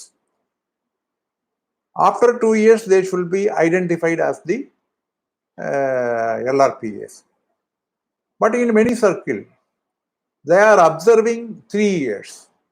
A clarification is required from the directorate about the identification of LR, whether it should be 2 years as per the revised confirmation procedure or whether it should be continued as per the QPC method, which was the old practice thereto prevailing. So this is one area also. You should know about the LRPS also. And you should know that there is no confirmation of any official right from 8/7/2013. There is no confirmation. And the probation period is 2 years. And they will be given 2 weeks induction training. In the induction training, one should pass the examination. Instead of confirmation, now during the probation period of 2 years, they will be imparted with 2 weeks induction training. In the induction training, they should pass the examination. Confirmation என்பது தற்பொழுது கிடையாது. அந்த கன்ஃபர்மேஷனுக்கு பதிலாக 2 வருடம் என்பது ஒரு probation பீரியடாக என்று நிர்ணயிக்கப்பட்டு இருக்கிறது. இந்த 2 வருஷ அந்த probation பீரியடிலே ஒரு 2 வாரத்திற்கு ஒரு இன்சர்வீஸ் ட்ரைனிங் என்பது அளிக்கப்படும். அந்த பயிற்சி முடிந்த பின்னாலே ஒரு கேள்விகள் கேட்கப்படும். அந்த கேள்வியிலே ஒரு சரியான முறையிலே பதில் எழுதி தேர்ச்சி பெற வேண்டும்.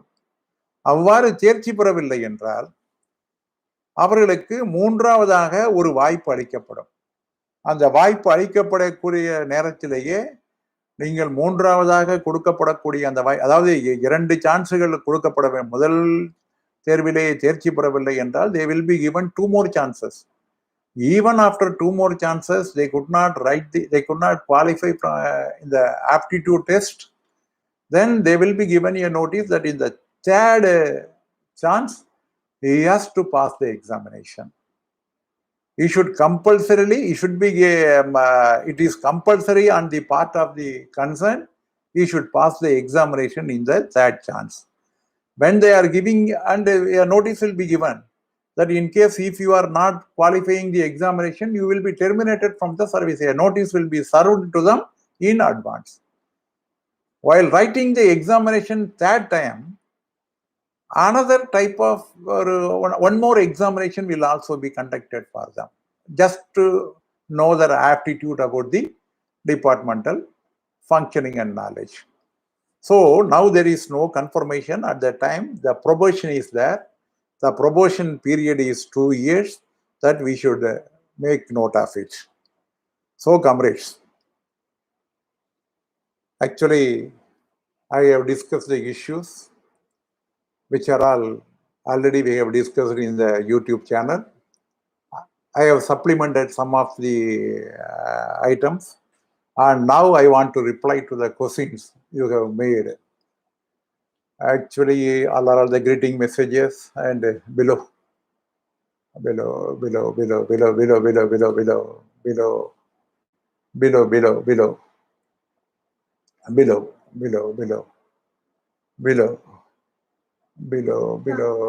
1 minute. Satyamurthy, if a postal official affected by COVID-19 positive, what kind of leave he has to apply? Or his period of absence is treated as duty? Please clarify. Comrades, there is a very clear order in the leave rules. That is quarantine leave. Quarantine leave can be granted up to 1 month. Suppose if an official is affected with a contagious diseases, they can immediately intimate to the head of the office, and he can remain in the office. Even the obtaining medical certificate is not absolutely necessary for protection immediately. It can be submitted later on also. Such official can be granted with quarantine leave for a period of 1 month. That facility is there.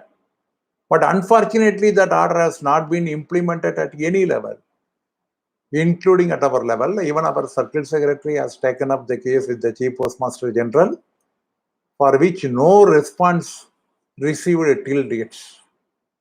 Actually, இந்த quarantine leave என்பது கண்டிப்பாக தரப்பட வேண்டும். அதற்கு அடுத்தபடியாக ரில் என்று இருக்கிறது, டிசபிலிட்டி லீவ் என்று சொல்லக்கூடியதே இருக்கிறது. ஆனால் ரில்லிலே இதில் வருமா என்றால் நிச்சயமாக வராது. ஏன் வராது என்றால், ரில் என்பது பணிபுரியக்கூடிய நேரத்திலே ஏதேனும் பாதிப்பு ஏற்பட்டால் என்கின்ற அடிப்படையிலே இருப்பதனால், அந்த ரில் என்று சொல்லக்கூடிய விடுப்பிலே இதை சரியாக பொருத்த முடியுமா என்றால் பொருத்த முடியாது என்கின்ற காரணத்தினால், அந்த குவாரண்டைன் லீவ் என்று சொல்லக்கூடிய அந்த குவாரண்டைன் லீவிலே இதை கொண்டு வந்து அதன்படி கொடுக்க வேண்டும் என்பதுதான் சரியாக இருக்கும். இது பற்றி நம்முடைய மத்திய சங்கமம் நடவடிக்கை எடுத்திருக்கிறது. சமீபத்திலே கூட விளக்க ஆணை வந்திருக்கிறது. Let us wait and see. இதற்கான முழு முயற்சிகளை தொழிற்சங்கங்கள் மேற்கொண்டு இருக்கின்றன. அடுத்ததாக Sivakumar, what are all the medical claim benefits to the departmental staff in mofussil division? Mofussil டிவிஷனில் இருக்கக்கூடியவர்களுக்கு ROHSC என்று சொல்லக்கூடிய அந்த மெடிக்கல் அட்டெண்டன்ஸ் ரூல் தான் இருக்கிறதே தவிர மற்ற வழி இல்லை. பட் எமர்ஜென்சியாக இருந்து ஒரு அதாவது ஒரு மருத்துவமனையிலே பங்கேற்றால் அதற்கான முழு தொகையும் பெறுவதற்கான நிறைய உத்தரவுகள் இருக்கிறது. அந்த மருத்துவ சலுகைகளை பற்றி நாம் தனியாக விரிவாக விரைவிலே நாம் பார்ப்போம். அடுத்ததாக Prasad, below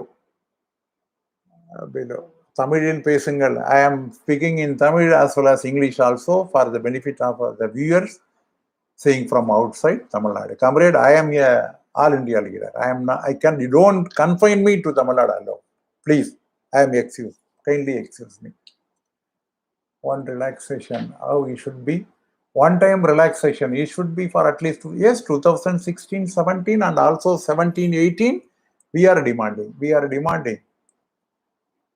Comrade, why can't you take such classes in Karnataka also? Raghu, I have no problem. And this is a forum many people can directly see, because I am making everything in English also. And also I am going to discuss about the disciplinary rules also here. And let us see what best we can do. After accepted the LHG promotion, these LHG official gradation list is to be maintained in division level. No, LHG gradation list to be maintained at circle level. And after LHG, from there only HHG2 and HHG1 post will be accorded. So LHG வந்துட்டாலே அதுக்கப்புறம் divisional gradation list வராது, அவங்க circle gradation list கீழே வந்துடுவாங்க. Even rule 38ல ஒரு division to இன்னொரு division போனாலும் கூட LHG என்பது காமன் PA கிரடேஷன் லிஸ்ட்ல இருக்கிறதுனால they will not be affected. They will also restore their old position in the LHG. அதனால LHG என்பது சர்க்கிள் லெவல்ல மெயின்டைன் பண்ணக்கூடியதுதான். தபால்காரர் பின்பற்ற வேண்டிய வழிமுறைகளை கூறினால் நன்றாக இருக்குமே. சதா நிச்சயமாக ஜிடிஎஸ் ஊழியரை துவக்கி இருக்கின்றோம். தபால்காரருக்கும் எனக்கு தெரிந்த இந்த சிறிய அறிவினை உங்களுடன் நான் பகிர்ந்து கொள்வதிலே எனக்கு என்ன தயக்கம் இருக்கிறது. நிச்சயமாக அவைகளை நான் பகிர்ந்து கொள்வேன். Maximum they are quoting in APR that the target allotted not அது தவறு. டார்கெட் இல்லை என்று அவர்கள் சொல்லுவது தவறு. அவைகளை நாம் ரெப்ரசன்ட் செய்ய வேண்டும். எந்த ரூல், இப்ப நம்ம APR ரூலை பாருங்க, எங்கேயாவது இந்த 10 பேராமீட்டர்ஸ் தவிர வேற பேராமீட்டர் இருக்கா? அந்த 10 பேராமீட்டர்ல இந்த டார்கெட்ங்கிறது எங்கேயாவது ஆட் பண்ணிருக்காங்களா? This is the parameter has been fixed by the DOPT fix பண்ணியிருக்கக்கூடிய அந்த 10 பேராமீட்டர்ல whether is there anything about the target, achieving of the target has come? Nothing. நிச்சயமாக கிடையாது. Below 5 points is to represent due to MACP, or 6 or 8 also to represent. If you are not agreeing above 6, you can represent, but it is not required. Officers are like this only. I am saying you officers are like this only. I am making one experience with all of you comrades. You kindly bear with me for another 5 to 10 minutes. I will conclude very shortly. When I was working at Ambattur, I have given an officiating chance. I had a chance to officiate in the ASP post, which was downgraded to IP for me, and I was working for more than 1.5 years. During those days, Ambattur was figured for non-settlement of OMs. There are more than 2,200, more than 2,200 OMs. Vasudevan was the postmaster at that time.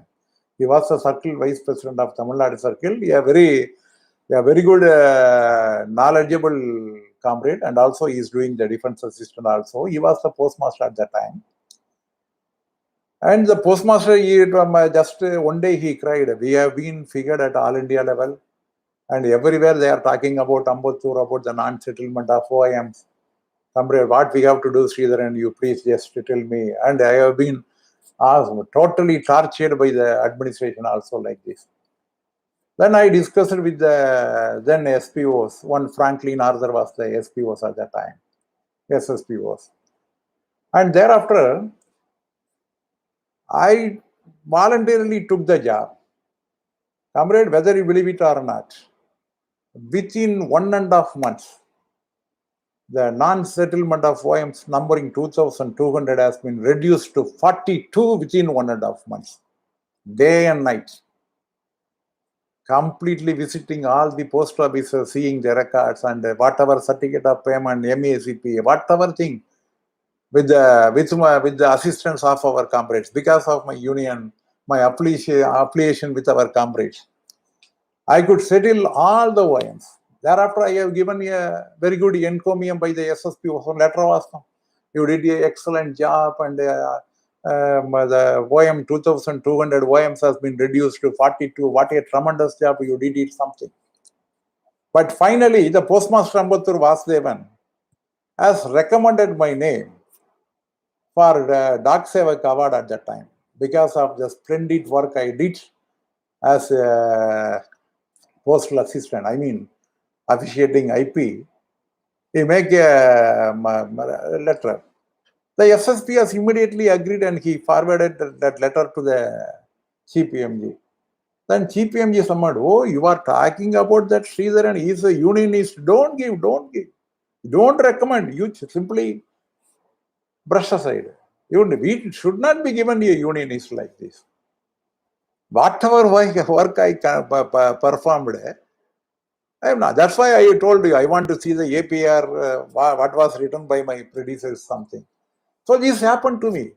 Even on today, I am telling the youngsters, some youngsters are thinking, I am having a very close proximity with the divisional superintendent. I am having a very close proximity with the DPS or PMG. Don't believe all these people. At one stage, after sucking your blood, they will simply throw you. This is happening. Even I am one of the example. I can say many examples in my life also. So don't believe all these things. Don't believe the officers. And they are like that only. The officers, அவங்க என்னதான் பண்ணா கூட ஒரு தேல் கொட்டுறது அவங்களுடைய குணம். நீங்க என்ன பண்ணாலும் உங்களுக்கு மார்க் 6லேருந்து 8 போட்டா வெரி குட் வந்தது, நான் எப்படி போனா என்ன அப்படின்னு விடலாம். மேற்கொண்டு நம்ம ரெப்ரசன்ட் பண்ணா கூட நம்ம we can represent. This is as per our நம்முடைய மனதை பொறுத்தது தான். அடுத்தது நம்முடைய Purnima madam. Sorry madam, I should have explained much before. I am very sorry. அதாவது ஒருத்தருடைய டேட் ஆஃப் பர்த்தை 5 வருஷத்துக்கு மேல ஆச்சுன்னா அதை திருத்தவே முடியாதா, அதுக்கு என்னதான் வழி இருக்கு அப்படின்னு கேட்டிருக்காங்க. As per the existing rules, date of birth should be modified. Date of birth should be corrected within 5 years. That too based on the certificate given by the educational institutions. Even the municipal authority, corporation authority, anybody else, whatever certificate they are given, that should be totally ignored. Even they are giving such a certificate, that should be accepted by the educational authorities and they should modify the date of birth in the records and thereafter they have to give the revised certificate for that effect. This process can be completed within 5 years of the service only. There is no relaxation so far the date of birth is concerned. The only relaxation we can take it that we have to go for the court and if we will get some favorable orders from the court, that we can discuss and that is not the solution. That is generally that will not be the solution, and as per the existing rules, there is no possibility of change of date of birth after completion of 5 years service in the department. Next,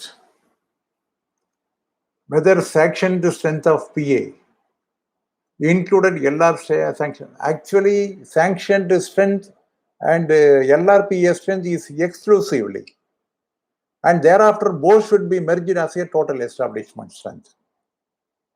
Actually, while you are calculating the entire division, you are calculating 200 LR, 200 PA post for your division. 10% of the post, that is 20, that should be identified as LR, and 200 plus 20, that is exclusively. That is not inclusive of the sanctioned strength.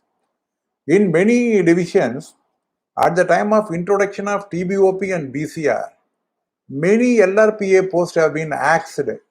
Unnecessarily they have asked. Subsequently, after we are coming out from the TBOP BCR scheme and after we are changing over to modified MACP scheme, the department issued orders. Whatever be the establishment changes made earlier, that should be reviewed once again. So you can demand that 10% of the post should be identified LR, and if need be, you can send proposal from the divisions to the circle also. Then comrades, one-time promotion from eligible person not completed 6 years. LG to HG2. Comrade, this is pending. But we are actually at the time of formation of HG2 recruitment, HG2 and HG1 recruitment rules. I was the General Secretary at that time during 2009. It was agreed after the DOPT approved the recruitment rules for HSG2 and HSG1 in order to fill up the post as per the DOPT instructions. Thereafter, we can obtain 3 years condition instead of 5 years and 6 years. But unfortunately, that has not been processed, that is being delayed, and we are having ample reasons. Now you see the cadre restructuring for the postal accounts. They want to create junior accountant and senior accountant, and they want to make all the accountant posts in the head post offices as a junior accountant for augmentation of promotional post to the director of postal accounts, for which they are saying only 3 years is sufficient. The same post, it is just like HSG2 and HSG1. They want to modify 3 years for the postal account, but they don't bother about our postal operatives. This is a pathetic situation. This is more ironic, actually. That has to be modified, and you are absolutely correct. That should be modified. Rajsekhar Gaikwad, Honorable Sir, if any provision to protect the department employee who remit the excess cash along with and any theft incident will happen, who will be responsible? Actually, the rules are very clear. You need not take more cases, more cash than the authorized. What is the authorized limit you should not take?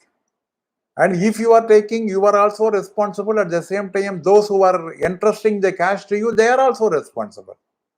But you have to abide the rule only. You have to abide the rule only. That we will discuss subsequently in a later stage. Who will maintain APR of a timescale postman of HO who is officiating as mail overseer? Actually, the APAR, yes, APAR of the postman, if the postmaster is the, if the postmaster is the appointing authority, he will maintain the APAR. If he is HSG1 postmaster or HSG2, he will maintain the postmaster. Suppose if a person is transferred, even on officiating basis, because that APAR file has to be transferred to the subdivisional ASPOs. Because the subdivisional ASP is, அதாவது அந்த சப்டிவிஷனில் தான் இன்னைக்கு வந்து அவர் வந்து is officiating as a mail overseer. So he has to write. The IP or ASP has to write if the period exceeds 3 months. If the period is less than 6 months, they need not write. If the period is more than 6 months, that officer has to write. That is the rule.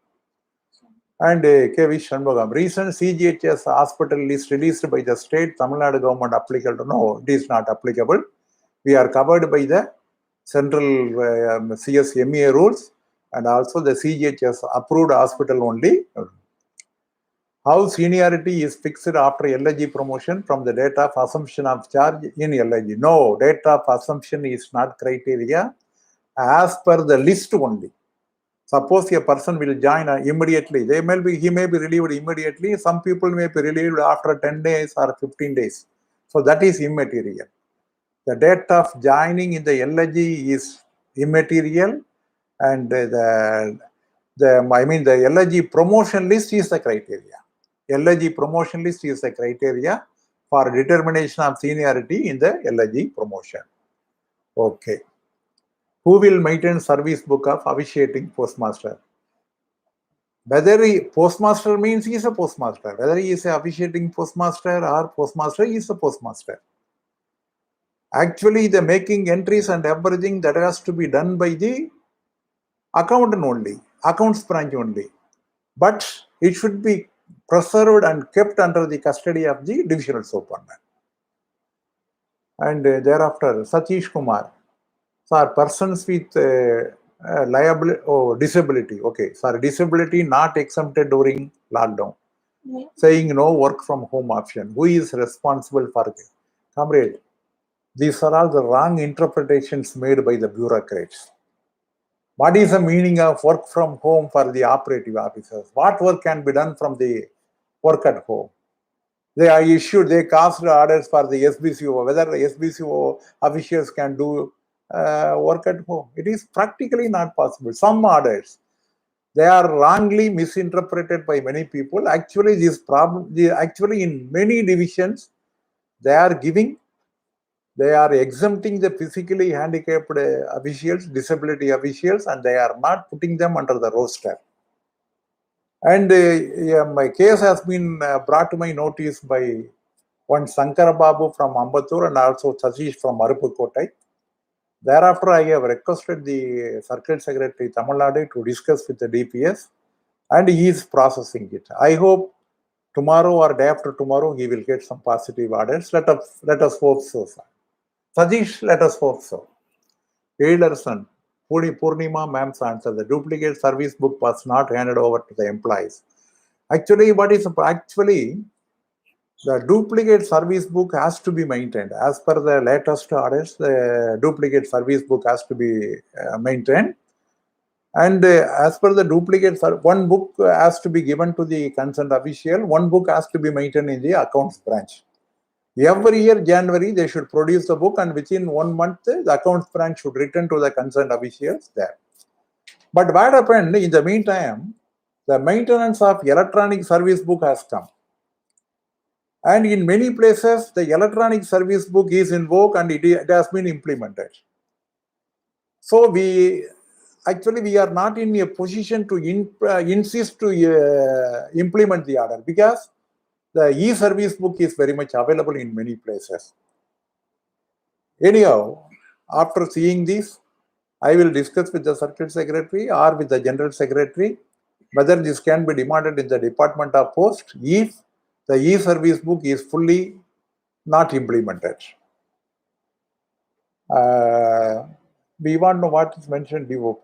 So, the duplicate service not handed over employees within the wage. If so, we know what is mentioned in our DOP. This mistake of, suppose if the date of birth, mentioning of the date of birth is a mistake of the SPOs, that can be challenged at any time. You cannot seek for modification of date of birth, but if there is a mistake committed by the divisional office while making entry either in the gradation list or in the service book, that can be challenged. That is different. But change of date of birth is different. And if mistake, error occurs, that is different. The mutual transfer in gradation list.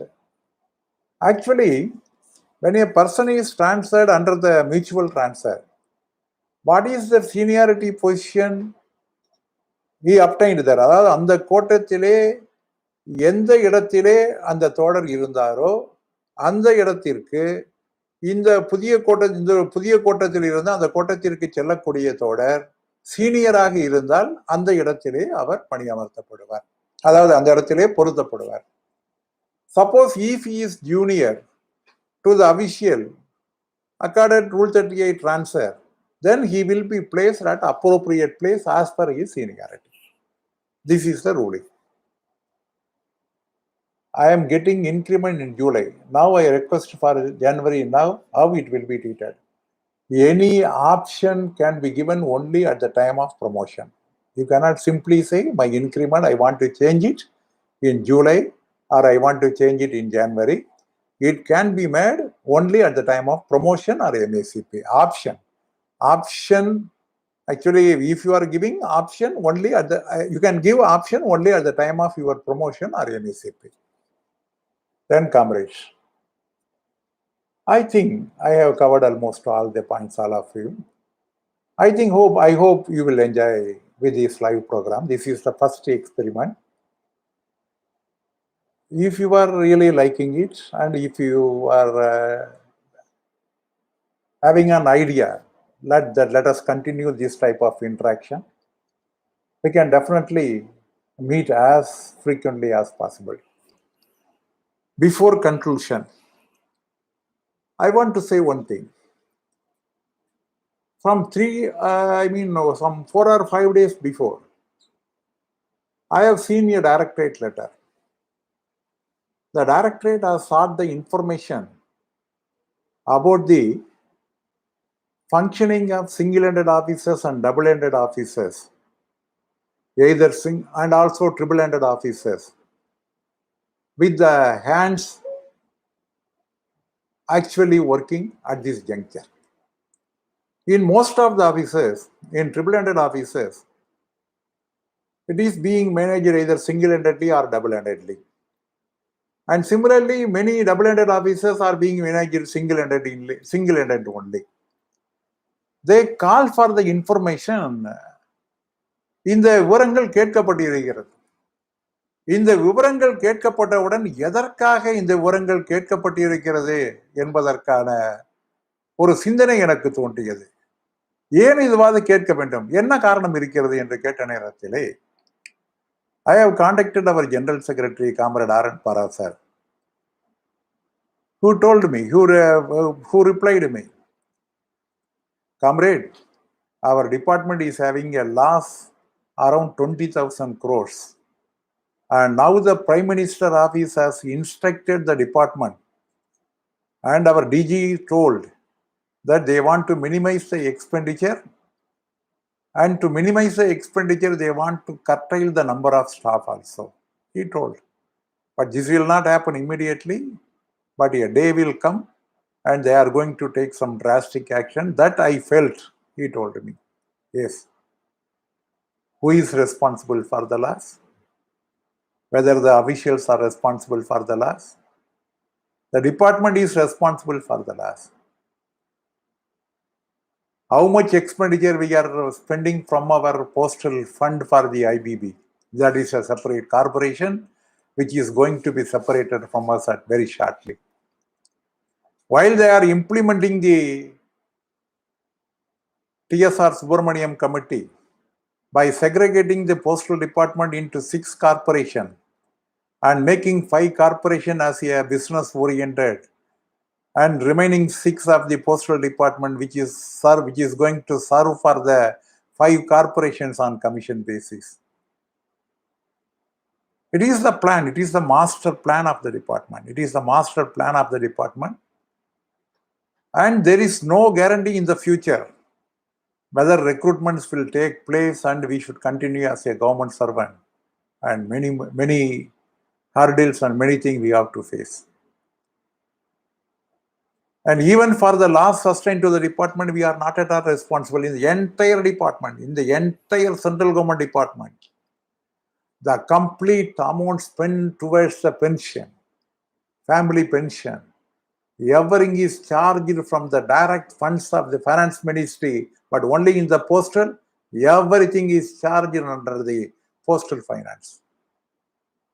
Even that is separated, that is taken by the Ministry of Finance, 40% can be saved. 40% of the expenditure nowadays we are making for the pension that can be saved. And we cannot be termed as a business oriented. When we are having postcard and letters, everything with a lesser tariff, and also in the name of business post and corporate post, we are reducing the rates. Even the rates have been slashed, reduced, which cannot be compared with the private couriers. Even though we are doing excellent services, under the undercharges, we are doing all the work. For which, if are we responsible? The postal officials are not responsible. And they are spending a lot of amount, wasteful expenditure. The officers are spending lot of expenditure. If you will collect all the particulars under the RTA, you will be blood bleeder. You cannot control your emotions and feelings. Wastage of expenditure, many things else. Finally, they are covering up everything. For example, I am telling you, when Radhika Doroswamy was there, she was engaging a private air carrier for carrying mails to Northeast. Finally, what happened? It has made several crores of loss to the department. It has been simply dropped thereafter. Many proposals. What is the amount they spent for the KPMG and the McKinsey, towards the consultancy companies? A huge amount was spent. Even on today, how many meras, how many meetings, how many corporate meetings are conducted in so many areas. Even though we are having a beautiful conference hall in the 4th floor of the Tamil Nadu Circle Office. We are conducting the meetings, melas, everything at Mamallapuram resorts only. Under whose expenditure? We would have very well, we can hold such meetings at the Circle Office itself. We are going for the 5-star and 3-star hotels. What are all the expenditure they are making? But our poor people, we are toiling and we are suffering and we are spending our time for collecting wools to the department by achieving the targets. And they are spending the amount luxuriously. This is a more vast discrimination we could see in the department. I am having a plan. I want to consolidate everything. I want to make a very detailed survey, and I want to send a detailed note to the Government of India, Prime Minister, and everything, and what is going in the department, and what we can do, and how we can prevent all the misuses of the government machinery, finance, and everything, how we can avoid the unnecessary wasteful expenditure being incurred in the Department of Post. If people are helping me, if you are giving the particulars, whatever you are possessing and whatever information you are having, if you are possessing all these things, it will be very useful to me. Comrades, தவறு இருந்தால் மன்னிக்கவும். முடிந்தவரை சிறப்பாகவே இந்த நிகழ்ச்சி நடைபெற வேண்டும் என்கின்ற எண்ணத்திலே உங்களுடன் கிட்டத்தட்ட 1.5 மணி நேரத்திற்கு மேலாக 1.5 மணி நேரம் நான் நினைத்தே பார்க்கவில்லை. இத்தனை நேரம் ஆகியிருக்கும் என்று நானே நினைத்து பார்க்கவில்லை. நிறைய கேள்விகளை நீங்கள் கேட்கக்கூடிய நேரத்திலே என்னுடைய நினைவலைகள் எல்லாம் புதுப்பிக்கப்படக்கூடிய நேரத்திலே நானும் புத்துணர்ச்சி பெறுகின்றேன். மீண்டும் 2.5 மணிக்கு வேறொரு வகுப்பு துவங்க இருக்கிறது என்கின்ற காரணத்தினால் முடிக்க வேண்டிய கட்டாயம் கூட நம்முடைய இருக்கக்கூடிய பல தோழர்களுக்கு இருக்கிறது. இந்த கூட்டத்திலே கலந்து கொண்டு விட்டோமே, அதனால் மதியம் 2:30க்கு நடைபெறக்கூடிய அந்த கூகுள் மீட்டிலே நடைபெறக்கூடிய கூட்டத்தை தவிர்க்கலாம் என்று என்னுடைய FB தோழர்கள் யாரும் நினைக்க வேண்டாம். உணவருந்தி விட்டு மீண்டும் வந்து விடுங்கள். எங்களுக்கும் இன்று உங்களுக்கு வேலை நாட்களாகவே நீங்கள் கருதி கொள்ளுங்கள். நாமெல்லாம் ஒரு லட்சிய பயணத்தை நோக்கி சென்று கொண்டிருக்கின்றோம். ஊழியர்களுக்காக, நம்முடைய இலாக்காவிலே பணிபுரியக்கூடிய சக ஊழியர்களுக்காக நம்மை அர்ப்பணித்துக் கொள்வதற்காக, ஒரு தியாக வேள்விகளே நம்மை ஈடுபடுத்திக் கொள்வதற்காக, இலாக்காவினுடைய விதிகளை எல்லாம் முழுமையாக அறிந்து கொண்டு அதற்கேற்ப நம்முடைய தோழர்களை வழிகாட்டுவதற்காக ஒரு புனித வேள்விகளை நாம் இறங்கி இருக்கின்றோம். இந்த வேள்வியிலே என்னுடன் சில தோழர்கள் தொடர்ந்து பயணித்தால் அதுவே எனக்கு கிடைத்த மிக பெரிய பாக்கியமாகும் என்று சொல்லி முடிக்கின்றேன். அன்புடன் Kayveeyes. Thank you very much, comrades. Thank you very much. Let us meet shortly. Thank you very much. Thank you.